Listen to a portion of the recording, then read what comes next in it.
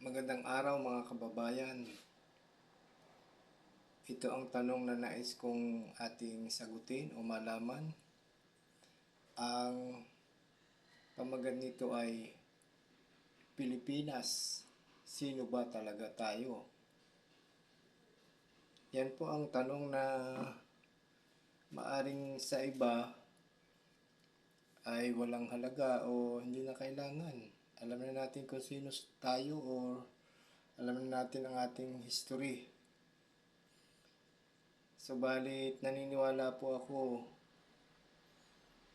kailangan pa rin natin itong sagutin. Sabi nga po you cannot judge a book by its cover. Kahit po ganito ang pamagat ay huwag muna nating hatulan. Alamin po natin kung ano ang laman. Nakikita naman po ninyo ako ay hindi talagang vlogger. At hindi ko ito ginagawa upang sumikat or paramihin ang mga manunood. Subalit, ginagawa ko ito upang ibahagi sa inyo ang katotohanan. Ito pong tanong ay sino ba talaga tayo? Bakit ito mahalaga? Mahalaga ba sa iyo na malaman mo kung sino ka talaga? May nais po akong ipakita sa inyo na video ng isang senator sa Amerika kung saan siya po ay nagpahayag ng kanyang paghanga sa ating mga Pilipino. Filipino people represent the best of America. Hardworking, loving family, caring about education, being respectful of their neighbors, making sure streets are safe, making sure their kids have a better opportunity than they did. The Filipino community embodies the American dream. For the Ayan po ang sabi niya, si Senator Chuck Schumer, doon sa pagdiriwang ng mga Pilipino sa New York sa ating 126th Independence Day, na kung saan sinabi niya, Filipinos embodies the American dream. At meron pa siyang sinabi na Filipinos are the nicest people on earth. Tayo daw ang pinaka-nice na mga tao sa buong mundo. At alam naman natin diyan sa Amerika, mga 4 million Filipinos ang nandiyan sa Amerika. At ang tanong ay sino ba talaga tayo, mga Pilipino? Ito po ang ating pag-aaralan, ang ating sasagutin na akin pong ipapakita sa inyo na talagang misteryoso o kamangha-mangha. At sabi ng ate ko, huwag mo ngang isama ang Pilipinas sa Biblia. Ako po ay natatawa sa aking sarili sapagkat nalaman ko na ang Pilipinas pala talaga'y nasa Biblia. Wala tayong mababasa ang Pilipinas sa Biblia dahil itong Pilipinas ay bagong pangalan na itinawag sa atin ng mga Espanyol mula kay King Philip. Subalit ang Pilipinas, itong pangalan mismo ay wala, pero yung lugar nandoon sa Biblia. At ito ang aking ipapakita sa inyo, mga kababayan. Ang Pilipinas po ay nasa Biblia. At ito po sinasabi ko sa inyo hindi dahil nais nating maging mas angat kaysa iba, na ipakita na tayo mas magaling, o nais lang natin na malaman kung sino talaga tayo. Kayo, nais po ba ninyong malaman kung sino talaga tayo, mga Pilipino? Alam ko po, tayo ay iba't iba na, halo-halo na ang ating lahi. May galing Espanyol, may galing Indonesia, may galing Amerika, halo-halo na ang ating dugo. Subalit, ano ba talaga, saan ba tayo nagmula? Aminin natin na marami ding pangit at pasaway sa atin. Mga bagay na hindi mabuti at maganda, subalit tutuklasin natin ang katotohanan tungkol sa ating lahi. Sabi ni Albert Einstein, condemnation without investigation is the height of ignorance. The highest form of ignorance daw yung sabihin mo ang isang bagay ay mali o hindi totoo na hindi ka pa nag-imbestiga. Kailangan imbestigahan muna natin bago po natin sabihin na mali o hindi totoo ang isang bagay. At ito pong aking sinasabi sa inyo, ako mismo napatunayan ko ang totoo. At kayo, mag-research kayo kung sabihin ninyo, prove it wrong. Inyong patunayan na mali pala ito. Ito po ay sabi ng 1 Thessalonians 5:21, prove all things, hold fast that which is good. Prove daw natin lahat ng bagay. At kung ano ang mabuti ay doon tayo manghawakan. Ito ang ating panghawakan. Know the truth, stand on the truth, proclaim the truth, and defend the truth. Kung ano po ang katotohanan. Knowing yourself is the beginning of all wisdom, sabi ni Aristotle. Bagamat sabi na ni Solomon, the fear of the Lord is the beginning of wisdom. Kailangan nating makilala kung sino ba tayo. Siyempre, higit sa lahat, makilala ang Panginoon. Pangalawa, makilala natin ang ating sarili. At sabi pa, one must know oneself. If this does not serve to discover truth, it at least serves as a rule of life, and there is nothing better. Ayon kay Blaise Pascal. Wala nang masihigit pa doon sa makilala mo kung sino ka, kung ano ka talaga. At the greatest discovery in life is self-discovery. Until you find yourself, you will always be someone else. Become yourself. Miles Monroe. Kailangan daw na makilala mo yung sarili, ma-discover mo, at hindi ka gaya-gaya lang. Hindi, alam ko sa ating mga Pilipino, mahilig gumaya. Ngayon po ay tutuklasin natin ang ating sarili, sabi ng Panginoon, and you shall know the truth, and the truth shall make you free. Malalaman daw natin ang katotohanan. Ang sabi ng misis ko, bakit hindi kay Jesus Christ na lang? Kasi sabi ni Jesus, He is the way, He is the truth, He is the life. Pero alam po natin, ang lahat ng katotohanan hindi tungkol kay Jesus lamang. Bagamat ang ibig sabihin noon, lahat ng katotohanan agree with Jesus. At si Jesus, lahat ng katotohanan ay sinasabi niya. At ibig sabihin, the embodiment of all truth is Jesus Christ. Pero maraming bagay na totoo na hindi naman lahat ay tungkol kay Jesus, kundi marami pang bagay. At ito ang ating aalamin tungkol sa Pilipinas. At ako po ay nakapag-aral tungkol dito, lalo na ngayong pandemic na marami akong panahong mag-research, manood, magtanong. Nung ako ay nasa Bible school pa, tinatanong ko rin yan, matagal na. Bakit hindi natin alam kung nasaan ang Garden of Eden? Nasaan ba talaga?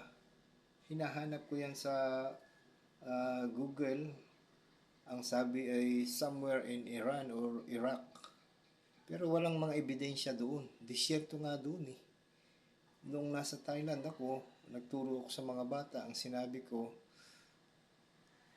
the Garden of Eden is somewhere in Iran or Iraq. Pero wala, frustrated ako. Hindi ko makita, hindi ko malaman. Kasi sinabi ng Bible, Tigris and Euphrates River nandoon, ang Garden of Eden. Pero ngayon napatunayan ko, ito palang salitang Tigris at Euphrates, yun ay interpretation lamang ng mga translator. Hindi pala yun ang original. Ang original sa Bible ay Hiddekel River at saka Parat River. Yun ang original. Hindi Tigris at hindi Euphrates. Ngayon po, ang sasabihin ko sa inyo, ang ating pag-aaralan ay tungkol sa Pilipinas at ang pamagat nito ay tungkol sa Havilah. We are Havilah, the Garden of Eden. Na sa ating history, marami ang hindi natin nalaman or hindi nasulat o maraming binura ng mga Spaniards, maraming misinterpretation at marami ang hindi nasulat noong una. Magpasalamat tayo dahil sa Biblia. Marami ang katotohanang makikita natin sa Biblia. At itong sinasabi ko po sa inyo mga kababayan, ito ay mayroong biblical, historical, geographical, literary, scientific, and physical evidences. Kaya, handa na ba kayo mga kababayan? Ating pag-aaralan. Ano ba tayo? Ito po ay 7 na series ito, pitong pamagat itong aking ginawa na maaari pang maragdagan. Pero ang una, we are Havilah, the Garden of Eden, or the land of the Garden of Eden. Ano ba yung Havilah na yan? Ito pong Havilah ay tao yan at ating babasahin mamaya. Sabi rito, you have to know the past to understand the present. Kailangan muna nating malaman ang nakaraan para maunawaan natin yung ngayon. Without knowing the past, it is impossible to understand the true meaning of the present and the goals of the future. May mga goals sa future na hindi na talaga natin maunawaan kung hindi natin naunawaan ang nakaraan. Ang hindi marunong lumungon sa pinanggalingan ay hindi makakarating sa paroroonan. Yan ang sabi ni Dr. Jose Rizal. Na kailangan alam natin yung nakaraan natin, kinikilala natin upang tayo makarating sa ating pupuntahan. Ito nga po ang babasahin natin sa Genesis chapter 2 verses 4 to 17 and chapter 10 verses 21 to 32. Makikita po natin habang binabasa natin ay ating ipapaliwanag unti-unti. These are the generations of the heavens and of the earth when they were created. In the day that the Lord God made the earth and the heavens, and every plant of the field before it was in the earth, and every herb of the field before it grew, for the Lord God had not caused it to rain upon the earth, and there was not a man to till the ground. Ako po ay namamangha nung ako'y napunta sa Thailand na namimiss ko ang Pilipinas dahil pag mainit, sobrang init pala doon sa Thailand kaysa sa Pilipinas. At pag malamig, sobrang lamig pala doon sa Thailand kaysa sa Pilipinas. Na ang panahon sa Pilipinas, bagamat maraming bagyo at lindol, mga baha at sakuna, pero yung weather talagang masarap. Mainit, tag-init at tag-ulan lang sa atin. Sa Korea, pag mainit, sobrang init, Ganon din sa Japan, sa India, sa China, sa Laos. Ganon sila lahat. Pero pag malamig, sobrang lamig din sa kanila. May snow pa nga. Pero sa atin, tamang-tama lang. At yan ang aking namimiss nung nasa Thailand ako. At ngayon, nandito balik na ako sa Pilipinas. Everyday na malalanghap ko ang malamig na simoy ng hangin. Bagamat di yan sa syudad ay maraming sasakyan at mausok, pero sa mga bundok-bundok at probinsya, napakasarap. Ako ay nagpapasalamat sa Diyos, nagpupuri. At sana ganun din kayo na appreciate nyo yung ganda ng Pilipinas. And there went up a mist from the earth and watered the whole face of the ground. Na wala pang ulan, walang bagyo, at ang buong mundo ay nagkakaroon lang ng hamog. And the Lord God formed man of the dust of the ground and breathed into his nostrils the breath of life, and man became a living soul. Yan si Adan. Na si Adan talaga ay galing sa lupa. Lahat ng part ng kanyang katawan, buhok, buto, laman, balat, lahat ay galing sa lupa. Kaya man yung mga tao nga na nakaapak, na walang tsinelas, o nahiga sa lupa, tingnan nyo ang lalakas ng katawan. Dahil dahil lupa man talaga tayo. At parang bumabalik yung kanilang lakas at yung nabubuhay uli yung mga cell sa kanilang katawan dahil sila ay nakadikit sa lupa. Dahil lupa talaga ang ating pinanggalingan. At sabi rito sa verse 8, and the Lord God planted the garden eastward in Eden, and there he put the man whom he had formed. Makikita nyo, eastward. Yung eastward na yan, yan ay, ang east talaga na tinutukoy dyan ay Pilipinas. At ay papaliwanag ko sa inyo mamaya.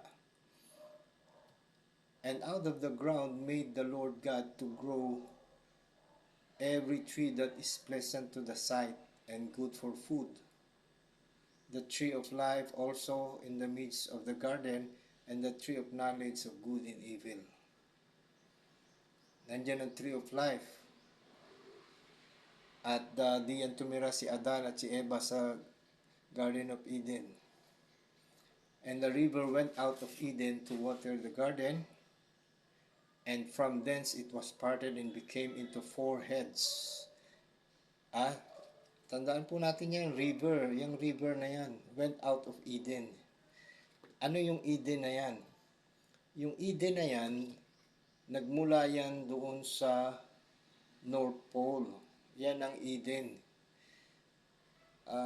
Tapos bumaba yan, nagsanga-sanga ng 4. Ang inuna niya yung pison, yung pang-4, kasi sa mga Hebrew, nauuna yung huli. Tapos yung gihon, yung dito sa Amerika. Tapos yung hedikel na sinasabi ko nga sa inyo, hindi yan tigris, kundi hedikel. Yun yung sa kaliwa ng Australia na kung saan mayroong malakas na ocean current.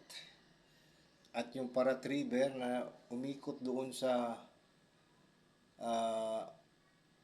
Africa. At yung Pison, yung dulo niya, kaya ang pinakamalalim na parte ng dagat sa buong mundo ay nasa atin, diyan sa Philippine Trench papunta doon sa Marianas Trench. Kaya po makikita ninyo, sabi rito, ang Havilah, the name of the first is Pison, that is which compasseth the whole land of Havilah. Yun, nakaikot sa Havilah. Where there is gold, and the gold of that land is good, and there is bdellium and the onyx stone. Ano ba yung bdellium na yan? Ano yung onyx stone na yan? Yan papaliwanag ko sa inyo. Ito pong sinabi dito, kung nababasa ninyo, ang Eden River system, bago ang flood ni Noah, yun ay nagmula sa North Pole. The 40,000 mile long continuous mid-ocean ridge is no ridge, rift nor mountain range. By definition, it is a river flowing downhill throughout the entire system. Mula sa North Pole, bumababa yan hanggang sa Marianas Trench. Sa buong mundo yan, nakaikot. Combined with the oceanic trenches, it forms the ancient river system at the bottom of the ocean floor, which was mostly dry land prior to the flood. Bago pa nagbaha nung panahon ni Noah, ang dagat sa buong mundo ay 15% lang. Ayon yan sa researcher na The God Culture. At ang flood sediment and the continuous outflow of the modern rivers into the ocean has filled the portions, but the river from Eden remains today. Nandiyan pa rin yung river, pero natabunan ng dagat dahil ngayon ang dagat ay 70% na. This river system is the location of the world's hydrothermal vents at the bottom of the ocean floor, which heat the deep and balance the pH level of the entire ocean is still functioning today. Yan, kahit mga scientist ay bumaba doon, mayroong talagang bumubula doon na nagpapainit sa dagat upang hindi lumamig yung dagat. They maintain the pH level of the entire ocean. Yun ay doon sa river system na yan, sa river channel na yan. Kaya po, ito ay nahati sa 4. At makikita naman ninyo, para sa akin, ang center of the earth is the Philippines talaga. Depende rin sa tumitingin, pero yan ang para sa akin. The name of the first is Pison, that is it which compasses the whole land of Havilah where there is gold. Yung Havilah na yan, hindi lang yan lugar, kundi tao yan. Sino yung Havilah na yan? Yan ay kapatid ni Ophir at Sheba, mga anak ni Joktan. Ibig sabihin, ang Philippines, yan ang Havilah where there is gold. Yan din ang Ophir, where the land of gold.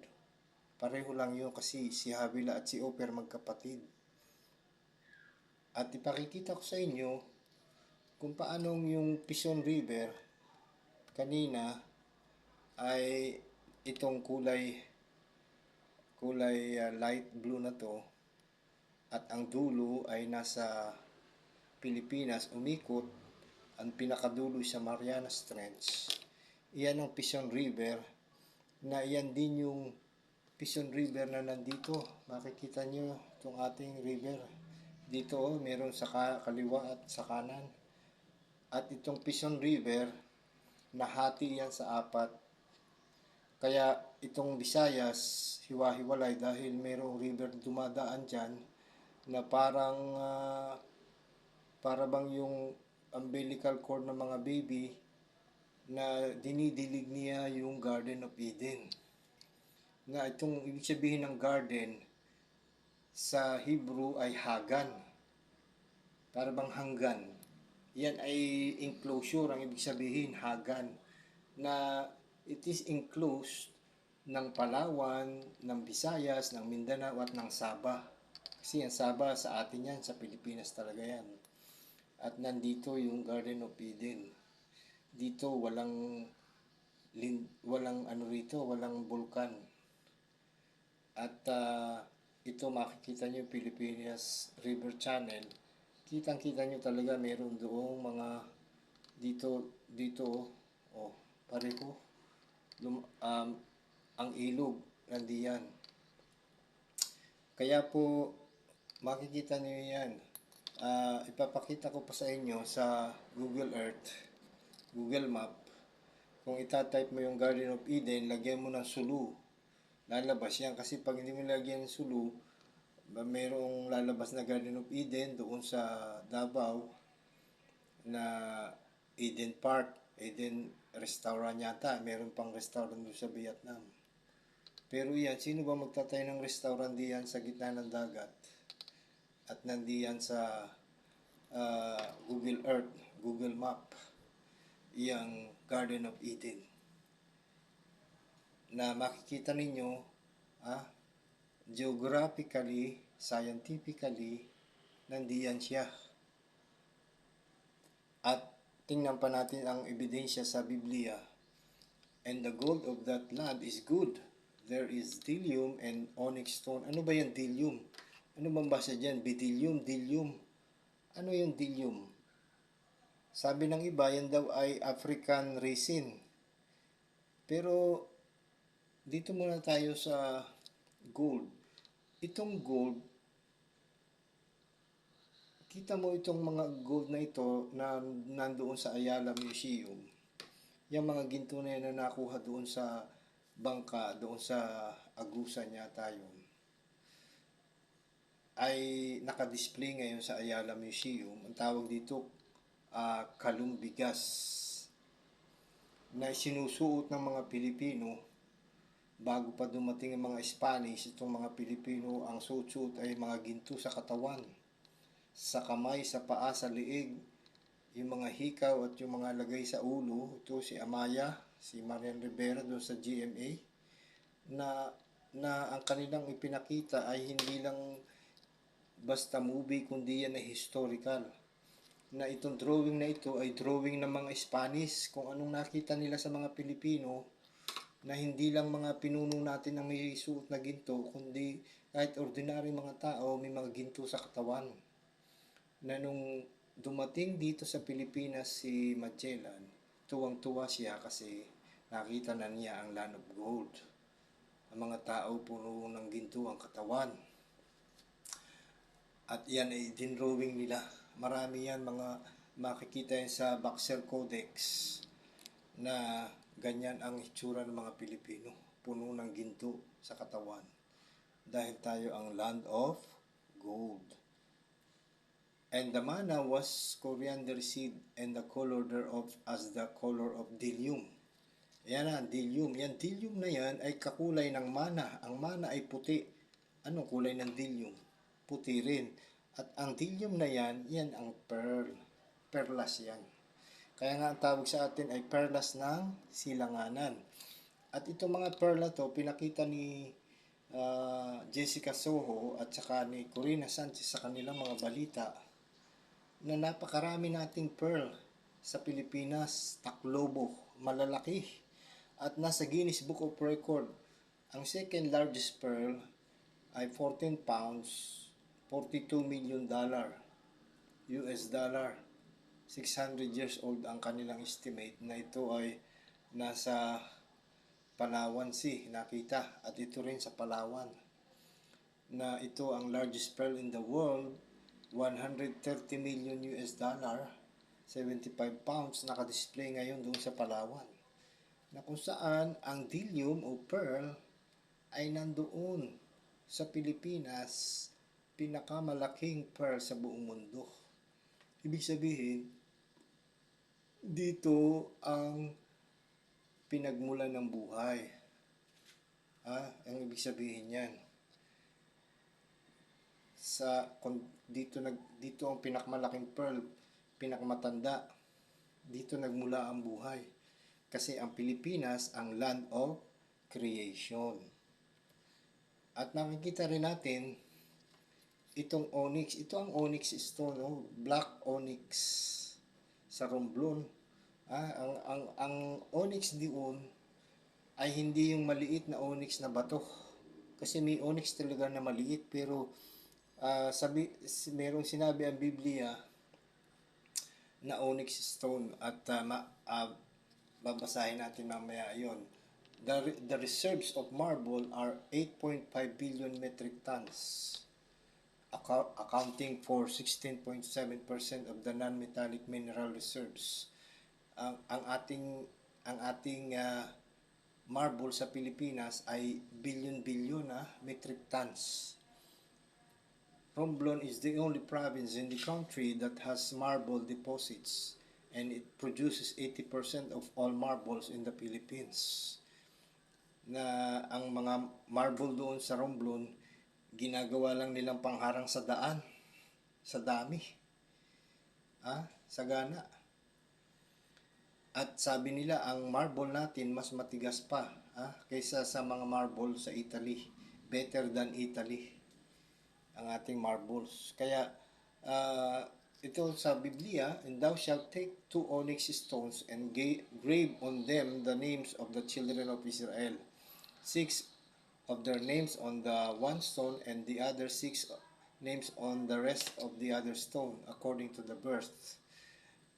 Kung ang onyx stone ay maliit na bato, mga ganong kaliit, tapos doon isusulat yung 6 na pangalan at sa isang stone ay the other 6 names of the sons of Israel, kaliit noon. Hindi naman ganun ka-high-tech noon para masulatan mo ng pangalan yung onyx stone. Ang onyx stone diyan ay marble, with the work of an engraver in stone, like the engravings of a signet. Shalt thou engrave the 2 stones with the names of the children of Israel, thou shalt make them to be set in ouches of gold.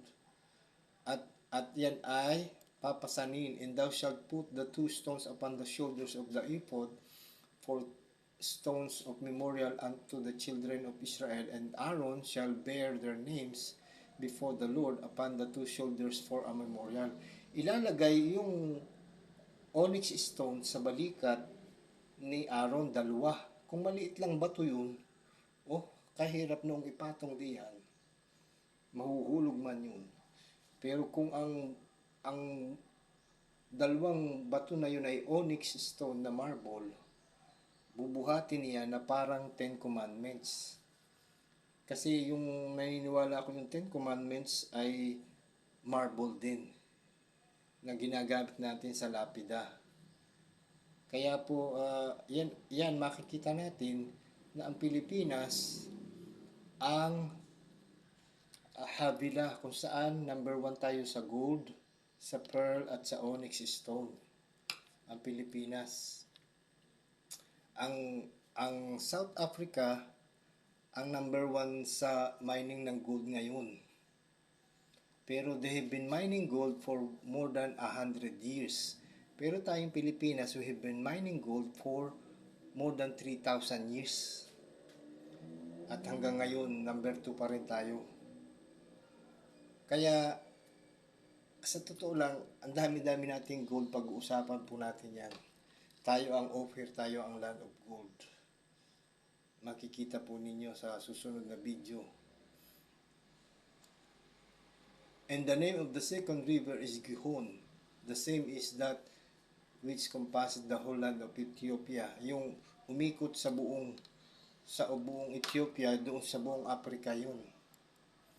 And the name of the third river is Hiddekel. Kita mo tong Hiddekel, hindi Tigris. Sa ibang mga version, Tigris ang nilalagay nila.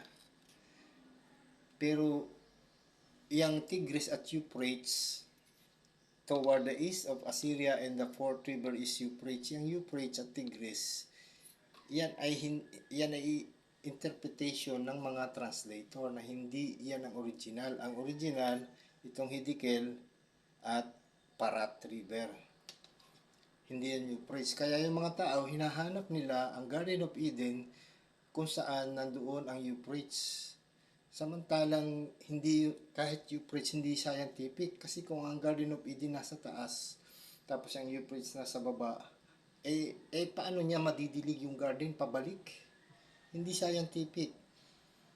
Kaya hindi talaga Euphrates yan. At makikita natin, and the Lord God took the man and put him into the Garden of Eden to dress it and to keep it. Si Adan ang nag-alaga doon sa Garden of Eden. And the Lord God commanded the man, saying, of every tree of the garden thou mayest freely eat, But of the tree of the knowledge of good and evil thou shalt not eat of it, for in the day that thou eatest thereof thou shalt surely die. Kaya makita po natin na si Adan doon tumira sa Garden of Eden, at kung ang Garden of Eden ay nandito sa Pilipinas, ang ibig sabihin ay pwede mo sabihin Pilipino si Adan. Pero hindi man Pilipinas ang pangalan natin. At sino si Havila? Si Havila at si Ophir at si Sheba ay magkakapatid. Yan ang makikita natin sa Genesis chapter 10. And to Shem also, the father of all the children of Eber, the brother of Japheth, and the elder even to him were children born. Ang panganay talaga si Shem. Tapos, sino bang matanda? Si Ham at si Japheth. At si Eber ang pinagmula ng Hebrew, Eber. At si Shem ang tatay ni Eber, tapos si Joktan. The children of Shem, Elam, and Ashur, and Arphaxad, and Lud, and Aram. And the children of Aram, Uz, and Hul, and Geter, and Mas, and Arphaxad begat Sala, and Sala begat Eber. Yan si Eber. And unto Eber were born two sons. Yan, ang anak ni Eber ay si Peleg at si Joktan. Yung bundok ng Mount Pulag ay Peleg din. Lolo yan ni Abraham. At ang ibig sabihin ng Joktan ay hindi matangkad. Excuse me. Peleg and Pulag are one and the same, the grandfather of Abraham. Yang Pulag, Luzon's highest peak, Mount Pulag. Yan ang pinakamataas na bundok sa Pilipinas, sa Luzon. Mount Pulag. Ang ibig sabihin ng Pulag, Peleg, lolo ni Abraham. At sino po nagpangalan yan? Mga lolo natin. At sino rin ang nagpangalan ng Abra? Ang ibig sabihin ng Abra, babaeng Abraham. At marami pa tayong bundok at mga lugar sa Pilipinas na Hebrew. Iyan po ang ipakikita ko sa inyo, mga kababayan. And Joktan begat Almodad, and Selep, and Hasarmavet, and Jera, and Haduram, and Usal, and Dikla. Ito mga anak na lalaki ni Joktan, na si Joktan ang may pinakamaraming anak na lalaki doon sa Table of Nations. At dito si Obal, and Abimael, and Sheba, and Ophir, and Havila. Makikita po ninyo. And Jobab. Si Havila, kung nasaan ang Garden of Eden, ay kapatid ni Ophir. Kung nasaan ang Land of Gold, kung nasaan ang Queen of Sheba nang galing. Si Sheba, si Ophir, at si Havila ay magkakapatid. At si Job, maaring si Jobab, maaring si Job yan, hindi natin sure. All these were the sons of Joktan. Mga anak na lalaki ni Joktan. And their dwelling was from Mesa, as thou goest unto Sephar, a mount of the east. Yang east na naman yan na naman ang Pilipinas, east of the earth. Ang Mesa ay diyan daw sa Iran, and Sephar is a direction going to the east. From Iran, going to the east sila. Bakit doon sila pumunta? Dahil alam nila kung nasaan ang Garden of Eden, nasaan ang Land of Gold, kung saan tumira si Adan at si Eva, doon sila tumira. Kaya nga dito sa Asia, dito pinakamaraming mga tao. Sa China, sa India, sa Pilipinas, Indonesia, yan ang maraming tao. Ito ang place where the people dwell first. Kaya maraming tao dito. These are the sons of Shem, after their families, after their tongues, and in their lands, after their nations. And these are the families of the sons of Noah after the generations in their nations, and by this were the nations divided in the earth after the flood. After noong baha, na-divide itong earth, hinati ito ni Noah sa kanyang tatlong anak. Si Shem, dito siya sa bandang Asia. Si Ham, dito siya sa bandang Africa, yung maiinit na lugar. Si Japet, doon siya sa malalamig na lugar. Si Shem, dito siya sa katamtaman ang lugar. Kaya dito sa Pilipinas, hindi gaanong mainit, hindi gaanong malamig. Dito ang the best. Kaya makikita nyo mga kababayan, ating review ang ating napag-aralan na ang Garden of Eden nandito sa Pilipinas. Ito ang Havilah, kung nasaan pinakamaraming ginto nandito. Pinakamalaking pearl, pinakamatandang pearl nandito. Ang pinakamaraming marble onyx stone nandito. Yan ay mga ebidensya, mga physical evidences. At yan ang sinabi ng Biblia. Yan ang biblical evidences. At marami pa tayong makikita dyan, mga historical proofs na ang Pilipinas talaga ang Garden of Eden. Even si Jose Rizal doon sa bago binaril ay sinabi niya Eden lost. Alam ni Jose Rizal na ang Eden lost ay dito sa Pilipinas. Kaya mga kababayan, ito na ang ating natutunan. Unang-una, ang Pilipinas ang Havilah, ang land of the Garden of Eden. At sasabihin ko pa sa inyo, may 6 pa akong napuntos na ibabahagi sa inyo mga kababayan upang malaman natin kung sino talaga tayong mga Pilipino, ano ba ang talaga nating kasaysayan. Maraming salamat, at kung kayo ay naniniwala at sa inyong palagay ay ito ay dapat malaman ng ibang mga Pilipino, inyong ibahagi, i-share ang video na ito sa kanila upang sila rin ay matuwa at malaman nila kung sino talaga sila, kung sino talaga tayong mga Pilipino. Maraming salamat mga kababayan. God bless you. At kita-kita tayo sa susunod na video.